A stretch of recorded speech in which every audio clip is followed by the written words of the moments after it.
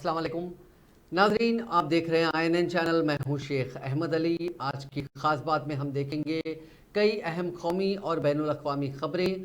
Chief minister Telangana के चंद्रशेखर राव की दुख्तर और BRS लीडर की कविता के अलावा हैदराबादी बिजनेसमैन अरुण पिल्लाई से इन्फोर्समेंट डायरेक्टरेट ने दिल्ली आबकारी पॉलिसी स्कैम में इसकी जारिया तहकीकात के सिलसिले में पूछताछ की। पिल्लाई साउथ ग्रुप की नुमाइंदगी करते हैं, जिसने मुबैना तौर पर आम आदमी पार्टी के कायदीन को 100 करोड़ रुपए की रिश्वत दी, जिसका इस्तेमाल मुबैना तौर पर गोवा के इंतखाबात में किया गया। पिल्लाई इन्फोर्समेंट डायरेक्टरेट की तहवील में है, जबकि कविता को मरकजी एजेंसी ने पूछताछ के लिए समन जारी किया था। पिल्लाई ने दावा किया था कि वो रुकने काउंसिल BRS कविता के एक साथी हैं। PMLA यानी prevention of money laundering act की सेक्शन 50 के तहत उनके बयानात कलम किए गए। डिप्टी डायरेक्टर सतह की खातून ओहदेदार ने कविता का बयान कलमबंद किया। कविता को जुमेरात को तहकीकात में शामिल होने के लिए समन जारी किया गया था, लेकिन उन्होंने एक मकतूब रवाना करते हुए मजीद वक्त की ख्वाहिश की थी, जिसके बाद उनसे पूछताछ हफ्ते तक मुलतवी कर दी गई थी। जुमे को उन्होंने जंतर मंतर पर एहतजाज मुनज़्ज़म किया था। कविता ने दावा किया कि उन्होंने कभी भी साबिक deputy chief minister Delhi Manish Sisodia से मुलाकात नहीं की और इस मामले में उनका नाम गैर ज़रूरी तौर पर घसीटा जा रहा है। एनफोर्समेंट डायरेक्टरेट के मुताबिक दिल्ली आबकारी मामले में साउथ ग्रुप के एक नुमाइंदे के तौर पर कविता मौजूद थी, जिन्होंने आम आदमी पार्टी कायदीन को मुबैना तौर पर 100 करोड़ रुपए की रिश्वत अदा की। आज कविता से करीब 8 घंटे तक पूछताछ की गई। उसके बाद क्या फैसला किया गया, इसकी जानकारी एनफोर्समेंट डायरेक्टरेट ने नहीं दी है और कविता ने भी इस सिलसिले में मीडिया से बात नहीं की। इसी दौरान कविता की एनफोर्समेंट डायरेक्टरेट के रूबरू पेशी से कबल तेलंगाना बीजेपी के लीडर बंडी संजय ने एक मुतनाज़िया बयान दिया। उनके इस बयान को लेकर BRS कायदीन ने रियासत भर में एहतजाज किया।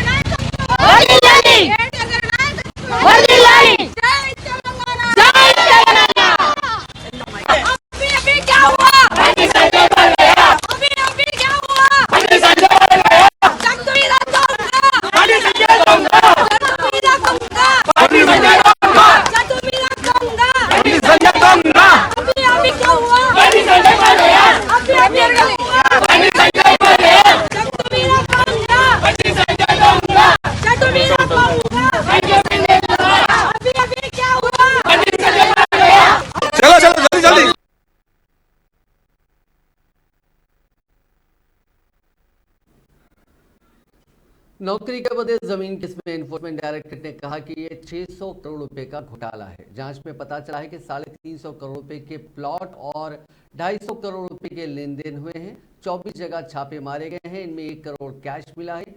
रेलवे के मुख्तलिफ जोन्स में ग्रुप डी की भर्ती में 50% कैंडिडेट्स की भर्ती लालू खानदान के इंतखाबी हल्के से हुई है। इधर एनफोर्समेंट डायरेक्टरेट की रेड के बाद सीबीआई भी एक्टिव हो गई है। जांच एजेंसी ने हफ्ते के रोज बिहार के डिप्टी सीएम तेजस्वी यादव को पूछताछ के लिए समन भेजा और आज ऑफिस आने के लिए कहा। इससे पहले 4 फरवरी को ये समन भेजा गया था।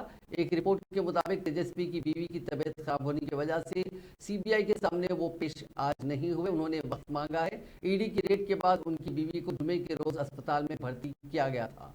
वो हामिला है। छापे पर बिहार के वजीर आला नीतीश कुमार ने कहा कि हम जब साथ आते हैं तो रेड शुरू हो जाती है। 2017 में भी ऐसा ही हुआ था और अब 5 साल बाद भी वही हो रहा है। इधर बीजेपी के तर्जुमान गौरव भाटिया ने हफ्ते के रोज दिल्ली में प्रेस कॉन्फ्रेंस कर नीतीश कुमार और लालू प्रसाद यादव पर निशाना साधा। उन्होंने कहा कि लालू खानदान ने नौकरी के बदले जमीन ली है, करप्शन के खिलाफ कार्रवाई की जा रही है तो विक्टिम कार्ड खेला जा रहा है।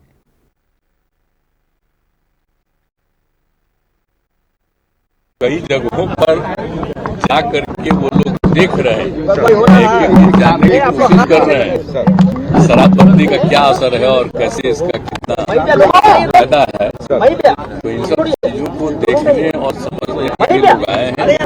हमसे भी मिले, क्योंकि सारी बातों की जानकारी हमने बता दी थी कि सब देखिए। और आपके राज्य में भी हम गए हुए हैं, जैसे शराबबंदी लागू हुआ वैसे ही वहाँ के लोगों ने हमको भी आमंत्रित किया और वहाँ गए हुए थे। ये जो अभी मुख्यमंत्री, उसमें मुख्यमंत्री नहीं थे, उसमें तो अपने पार्टी के अध्यक्ष थे, तो से भी मिले थे। तो ये सारी बात वहाँ हुई है। तो आते हैं तो अच्छी बात है, लोग देख रहे हैं। लेकिन मैंने देखा कि सब बहुत प्रसन्न, उसमें एक महिला भी एमएलए थी, बहुत अच्छे ढंग से हमने बता दिया भाई कुछ आदमी तो गड़बड़ होता ही है ना, 100% तो कभी ठीक नहीं हो सकता। पीछे रखे तो आगे देखेंगे ना भाई, स्वभाव ऐसा होता है तो उसको क्या कीजिएगा, सब थोड़ी। लेकिन मैक्सिमम, और जान लीजिए इस बार भी जो हम पहले भी कह रहे थे ना कि हम लोगों ने 2018 में करवाया था पूरा का पूरा इसके जांच सर्वेक्षण, तो पता चला था कि 1,64,00,000 लोगों ने शराब पीना छोड़ दिया था। अभी हम फिर दोबारा करवाए, अभी रिपोर्ट आई है कि 1,82,00,000 लोगों ने, 82 लाख लोगों ने छोड़ दिया। तो हमने कहा था महिला पुरुष सबका पता करिए। इन्होंने पता लगाया कि 99% महिला शराबबंदी के पक्ष में है और 92-93% पुरुष हैं। तब इतना जब हुआ है तभी बड़ी चीज है ना, कुछ तो आदमी इधर उधर करेगा, उसके लिए कोई खास बात नहीं, कोई चिंता की बात नहीं है। लेकिन बहुत ज्यादा लोगों को सुविधा हुई, आप देख रहे हैं ना। अब बाजार में सब्जी कैसे बिक रहा है, लोग खा रहे हैं से। अब पहले का जो भी थोड़ा बहुत पैसा। नीतीश कुमार जी पहले बार बार आरोप लगाते थे, कहते थे लालू प्रसाद यादव, राबड़ी देवी जी, तेजस्वी यादव पर कार्रवाई होनी चाहिए, कड़ी कार्रवाई, क्योंकि यह भ्रष्टाचारी। 27 सितंबर 2021 जनता दल यूनाइटेड का एक ट्वीट है, नीतीश कुमार जी द्वारा ही किया गया हो। क्या कहता है?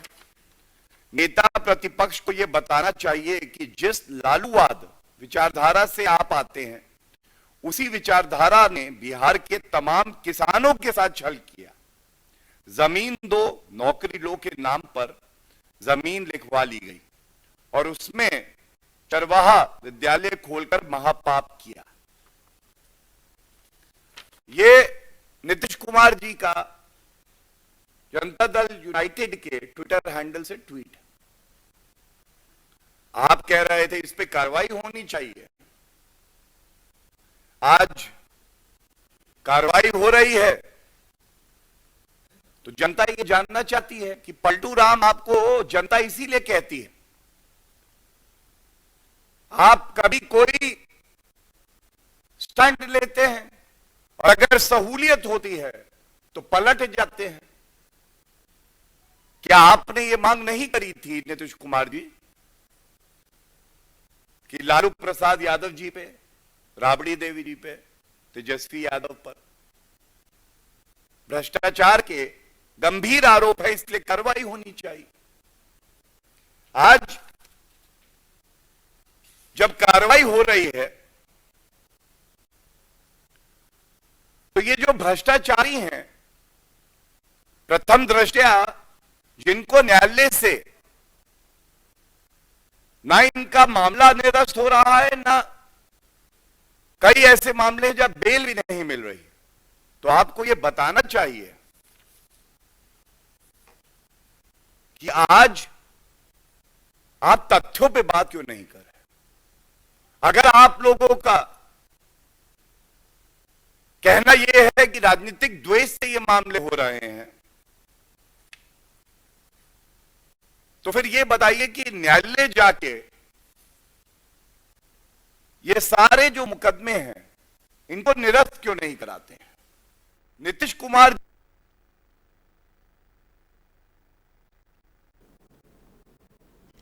दिल्ली में होली के दिन जापानी लड़की के साथ छेड़छाड़ करने वाले 3 लड़कों को दिल्ली पुलिस ने हिरासत में ले लिया है। इसमें एक लड़का नाबालिग है। पुलिस के मुताबिक मुलजिम ने अपनी गलती कबूल कर ली है। पुलिस ने जानकारी दी है कि पहाड़गंज में रह रही जापानी लड़की ने हिंदुस्तान छोड़ दिया है और वो बांग्लादेश चली गई है। पुलिस ने यह भी बताया कि उन्होंने जापानी एम्बेसी को लिखकर लड़की को पहचानने में मदद मांगी थी, लेकिन एम्बेसी ने बताया कि उन्हें ऐसी किसी वाकये के बारे में कोई जानकारी नहीं है। Deputy police commissioner Sanjay Kumar Sain ने बताया कि सही जानकारी निकालने के लिए वीडियो का एनालिसिस किया जा रहा है। रिपोर्ट्स के मुताबिक लड़की जापान से पहली बार हिंदुस्तान होली खेलने आई थी। इस वाकये का वीडियो खुद लड़की ने शेयर किया था, लेकिन बाद में अकाउंट से हटा लिया। अब ये वीडियो सोशल मीडिया पर वायरल हो रहा है।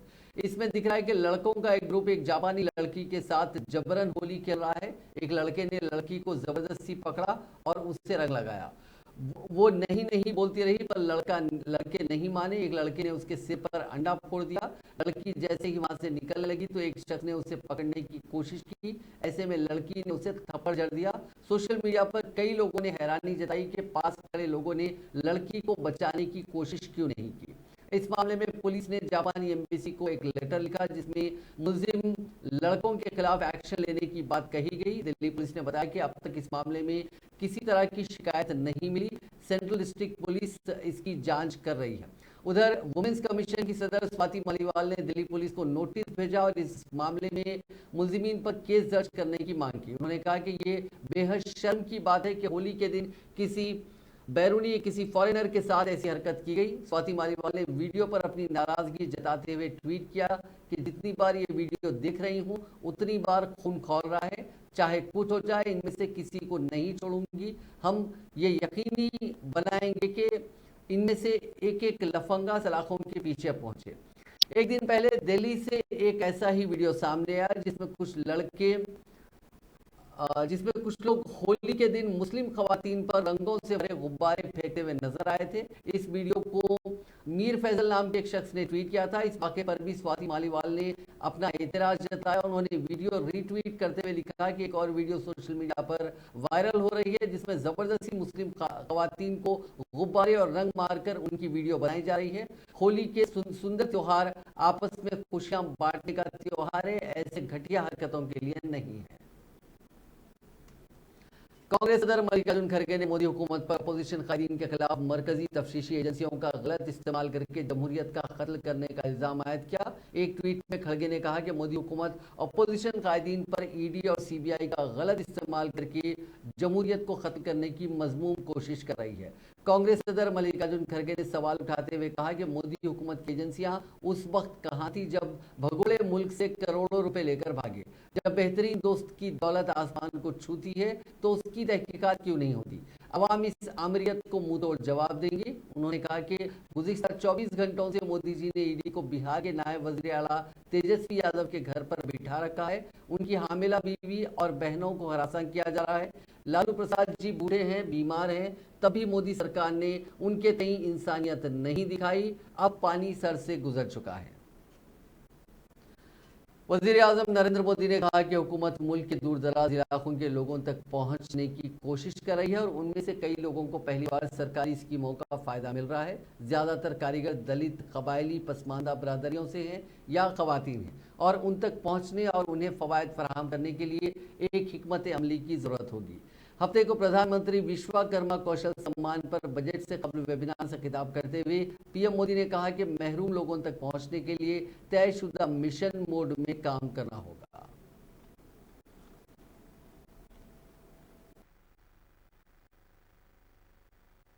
मैं एक बार यूरोप के किसी देश में गया था, ये बहुत साल पहले की बात है।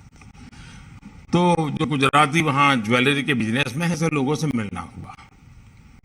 तो मैं कहा कि आजकल क्या है? उन्होंने कहा साहब, ज्वेलरी में तो इतनी टेक्नोलॉजी आई गई है, इतने मशीन आए हैं, लेकिन आम तौर पर जो हाथ से बनी हुई ज्वेलरी है उसका बहुत आकर्षण है और बहुत बड़ा मार्केट है।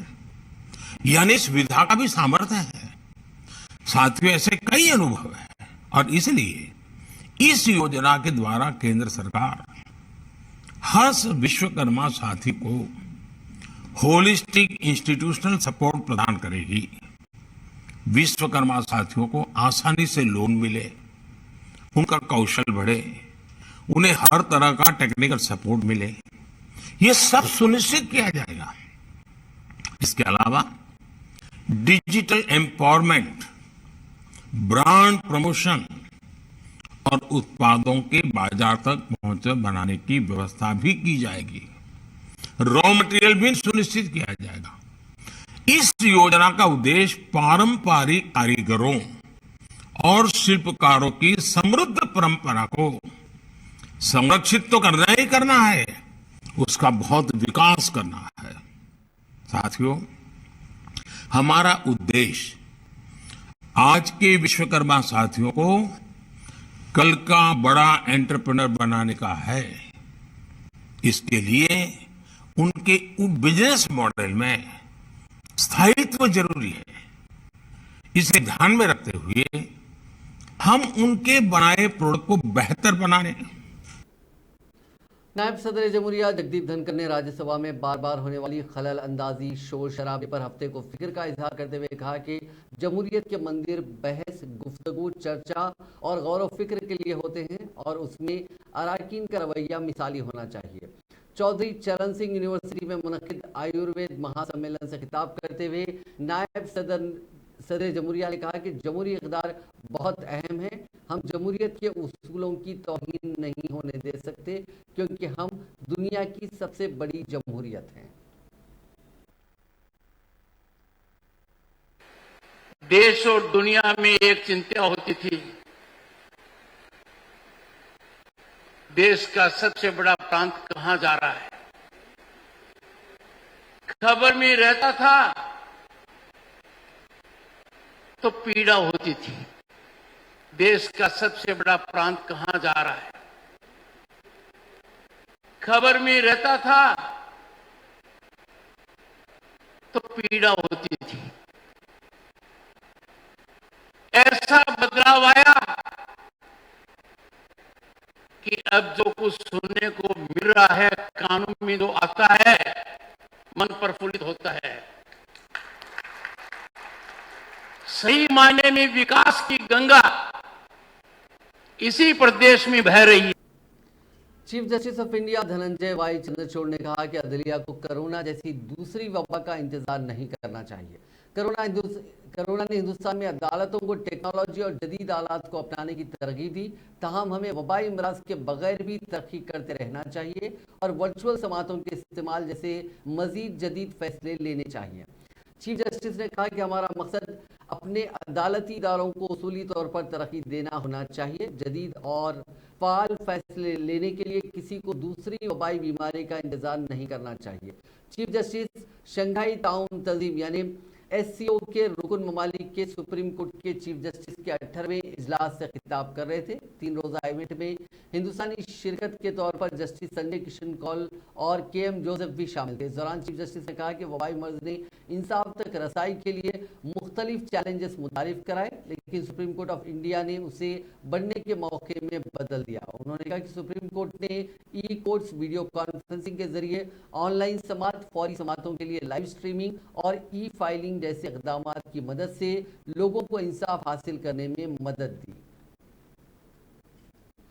Chief election commissioner Rajiv Kumar ने हफ्ते के रोज बताया कि कर्नाटक असेंबली इंतखाबात में 80 साल से ज्यादा के बुजुर्गों और अपाहिजों के लिए वोट फ्रॉम होम का ऑप्शन दिया जाएगा। सीईसी दोनों इलेक्शन कमिश्नर्स अनूप चंद्र पांडेय और अरुण गोयल के साथ मुस्तकबिल में मुनक्किद होने वाले असेंबली इंतखाबात की तैयारियों का जायजा लेने के लिए बेंगलुरु पहुंचे हैं। राजीव कुमार ने बताया कि इस तरह की सहूलत पहली बार दी जाएगी।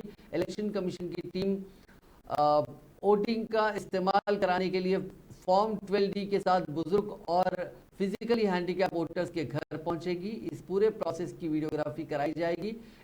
ये सहूलत उन लोगों के लिए है जो वोट डालने के लिए पोलिंग बूथ तक नहीं जा सकते। इसकी जानकारी सभी सियासी जमातों को दी जाएगी।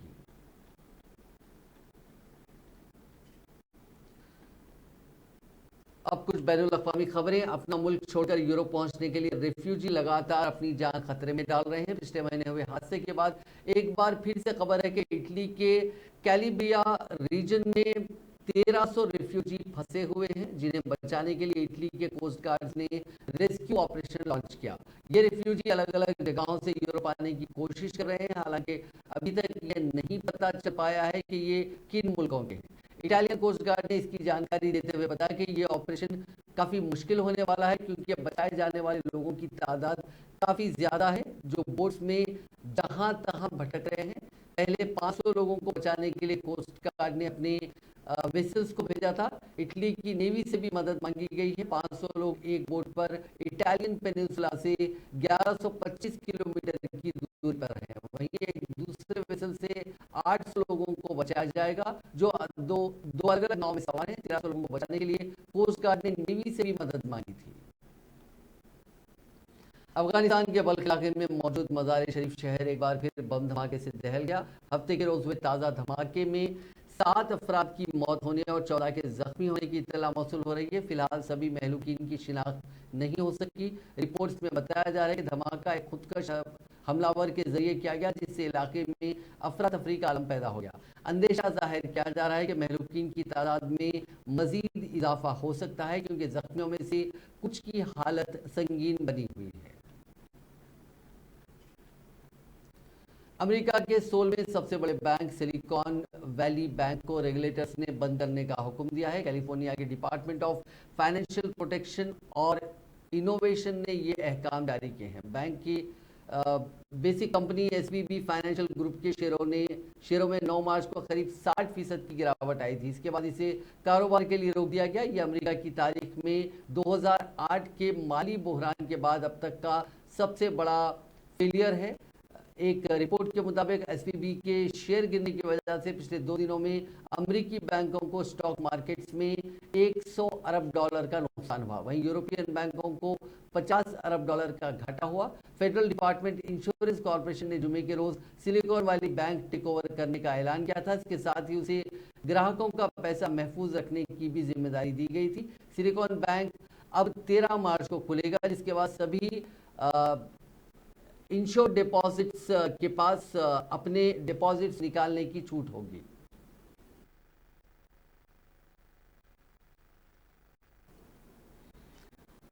अमेरिकी रेगुलेटर्स ने जुमे के रोज सिलिकॉन वैली बैंक को बंद करने का ऐलान किया था। इतना ही नहीं, रेगुलेटर्स ने बैंक के सभी एसेट्स को भी जब्त कर लिया है। इस बीच बिलियनर एलन मस्क ने सिलिकॉन वैली बैंक को खरीदने की ख्वाहिश जाहिर की है। दरअसल रेजर के CEO मिन लियांग टेन ने हाल ही में एक ट्वीट करके लिखा था कि मुझे लगता है कि ट्विटर को सिलिकॉन वैली बैंक खरीद लेना चाहिए और उसे एक डिजिटल बैंक बना देना चाहिए। मिन लियांग टेन के इस ट्वीट का जवाब देते हुए ट्विटर और टेस्ला के CEO एलन मस्क ने लिखा कि मैं इस आइडिया का इस्तेमाल करता हूं। मस्क का ये ट्वीट काफ़ी वायरल हो रहा है। दुनिया भर की टेक्नोलॉजी कंपनी और स्टार्टअप्स को लोन देने वाला सिलिकॉन वैली बैंक अब दिवालिया हो गया है। चीन की पार्लियामेंट ने हफ्ते के रोज सदर शी जिनपिंग के वफादार ली कियांग को वहां का प्राइम मिनिस्टर बनाया है। चीन के पॉलिटिकल सिस्टम में ये नंबर 2 की पोजीशन है। कियांग की हिमायत में नेशनल पीपल्स कांग्रेस के 2936 मेंबर्स ने वोट दिया, जबकि 3 ने उनके खिलाफ वोटिंग की। रिपोर्ट के मुताबिक चीन की जीरो कोविड पॉलिसी की वजह से पूरी दुनिया में तनकीद हुई, उसे तैयार और इम्प्लीमेंट करने वाले कियांग ही थे। बिजनेस इनसाइडर के मुताबिक कोविड पॉलिसी बुरी तरह फेल होने के बाद भी कियांग को जो प्रीमियर की पोजीशन मिली है, उसकी वजह सिर्फ शी जिनपिंग से उनकी करीबी ताल्लुकात हैं। कुछ वक्त पहले तक वो चीन के टॉप 7 कायदीन में भी नहीं थे। इंडोनेशिया में हफ्ते के रोज मेरापी माउंटेन में एक वोल्केनो में धमाका हुआ। इससे करीब 2000 फीट तक राख और रेत का गुबार उठा, जो 3 किलोमीटर दूर तक फैल गया। मकामी बोयालाली रेजेंसी के रिहायशी ने बताया कि पहले 5 मिनट तक बादलों की गड़गड़ाहट जैसा महसूस हुआ, इसके बाद आसमान में राख का बादल छा गया। मकामी लोगों के मुताबिक अहदेदारों की जानिब से इस वोल्केनो के धमाके का कोई अलर्ट नहीं दिया गया। बाद में इंडोनेशिया की एजेंसी ने इंतबाह जारी किया और धमाके वाली जगह से 3 किलोमीटर के एरिए को कंप्लीटली प्रोहिबिटेड कर दिया। अहदेदारों के मुताबिक गर्म लावा 1.5 किलोमीटर तक फैल गया है। बीजिंग में जारी एक मुश्तरका बयान के मुताबिक सऊदी अरब और ईरान ने सिफारती ताल्लुकात दोबारा शुरू करने और दोनों ममालिक के सिफारत खानों को दोबारा खोलने पर इत्तेफाक किया।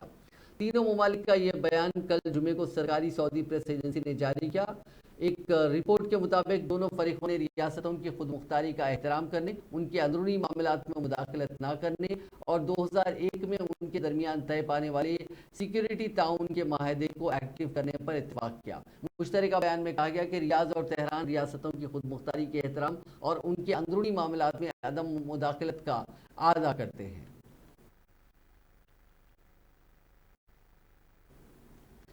बांग्लादेश क्रिकेट टीम के कप्तान शकीब उल हसन एक बार फिर कंट्रोवर्सी में फंस गए हैं। बांग्लादेश के चटगांव में एक इवेंट के दौरान सैकड़ों लोगों से घिरे होने के बावजूद कड़ी सिक्योरिटी के बीच शकीब उल हसन ने टोपी से एक फैन को पीट दिया। बांग्लादेश की मीडिया रिपोर्ट्स के मुताबिक शकीब जैसे ही कार में बैठने जा रहे थे, उसी वक्त एक फैन उनकी टोपी छीनने की कोशिश कर रहा था। शकीब को गुस्सा आया और उन्होंने अपनी टोपी का इस्तेमाल करते हुए फैन को पीट दिया। शकीब उल हसन पहले भी कंट्रोवर्सीज में फंस चुके हैं। जून 2021 में ढाका प्रीमियर लीग में शकीब ने मैच के दौरान एम्पायर से अपील की थी। एम्पायर ने बैट्समैन को आउट करार नहीं दिया, तो शकीब ने गुस्से में स्टंप्स पर लात मारी थी। बुरहानपुर जिले में एनक्रोचमेंट्स को खदेड़ने के लिए जंगल में घुसी पुलिस पर हमला किया गया। हफ्ते की सुबह करीब 9:30 बजे फॉरेस्ट डिपार्टमेंट पुलिस एहलकार स्पेशल आर्म फोर्सेस की टीमें जंगल में पहुंची, लेकिन दूसरी जानिब एनक्रोचर्स ने तीर, गोफन और पत्थरों से हमला कर दिया। इसके बाद टीम वहां से जान बचाकर भागी। एनक्रोचर्स ने गाड़ियों पर भी पथराव किया, इससे कई गाड़ियां तबाह हो गई। पुलिस टीम के साथ घाघरला के गांव वाले भी थे। हमले में 14 पुलिस फॉरेस्ट डिपार्टमेंट के एहलकार समेत 15 लोग जख्मी हुए हैं। कलेक्टर ने हालात को देखते हुए सेक्शन 144 लगा दिया है।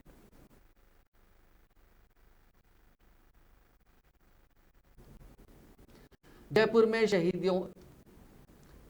शहीदों की बेवाओं से बदसलूकी की मुखालिफत में मुजाहरा कर रहे बीजेपी कारकुनों ने पुलिस पर पथराव कर दिया। बीजेपी वर्कर्स पार्टी हेडक्वार्टर से निकले तो पुलिस ने उन्हें रोकने की कोशिश की। इस दौरान एमएलए मदन दिलावर पुलिस जवानों के पैरों में लेट गए। बैरिकेड पार करने की कोशिश में रियासती सदर डॉक्टर सतीश पूनिया के पैर में चोट लग गई। करीब 2.5 घंटे के मुजाहरे के बाद बीजेपी कायदीन और कारकुनों ने गिरफ्तारियां दी। बीजेपी कायदीन और कारकुनों को पुलिस ने विद्याघर नगर ले जाकर छोड़ दिया। इससे पहले बीजेपी वर्कर्स ने एक मीटिंग भी की थी। इस मुजाहरे में बीजेपी के कई सीनियर कायदीन शामिल थे।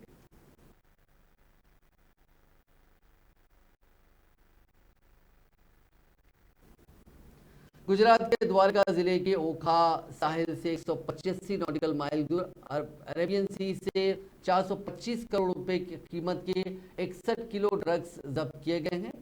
इंडियन कोस्ट गार्ड की जानिब से साथ ही एंटी टेररिज्म स्क्वाड की टीम की जानिब से ज्वाइंट ऑपरेशन चलाया गया था। ड्रग्स के जत्थे के साथ 6 ईरानी शहरियों को भी हिरासत में लिया गया, जिनसे पूछताछ की जा रही है। एटीएस से मिली जानकारी के मुताबिक ड्रग्स का ये जत्था गुजरात के साबरकांठा में उतरने वाला था। इसके बाद वहीं से शुमाली हिंद के शहरों में सप्लाई करने की प्लानिंग की गई थी। इस मामले में ईरान के मुख्तलिफ शहरियों को, जुमला 6 शहरियों को गिरफ्तार किया गया। नाजरीन, आज की खास बात में बस इतना ही। आपसे कल मुलाकात होगी नई खबरों के साथ। आप देखते रहिए INN चैनल।